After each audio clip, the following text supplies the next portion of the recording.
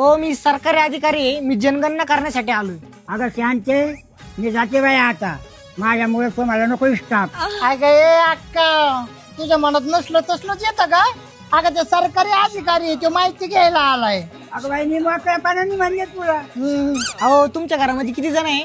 मी, माझा पोरगा आणि माझी सून. तुमचं नाव सांगा. शांत अवचिते. तुमच्या मुलाचं नाव? छगन अवचिते. तुमच्या सुनेचं नाव?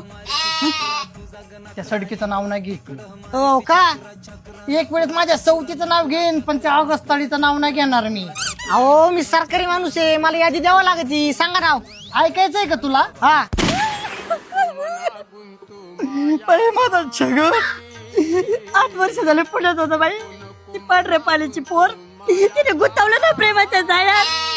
पुण्याची होती ना ती बाई.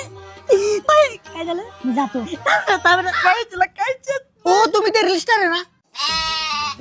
आईला आम्हाला तुमची व्हिडिओ आवडत राव. मीच येते इंस्टाग्राम. अहो मी पण इंस्टाग्रामला रील बनवतो, पण माझे रील व्हायरलच होत नाही. मला एखादं काहीतरी असं आयडिया सांगा ना. अरे हाय ना exobooster.com.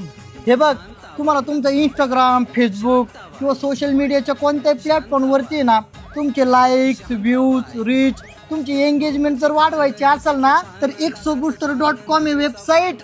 आता मी पण तुमच्यासारखं व्हायरल होणार आहे. ऐका ना, तेवढं तुमच्या सुनेचं नाव सांगा ना.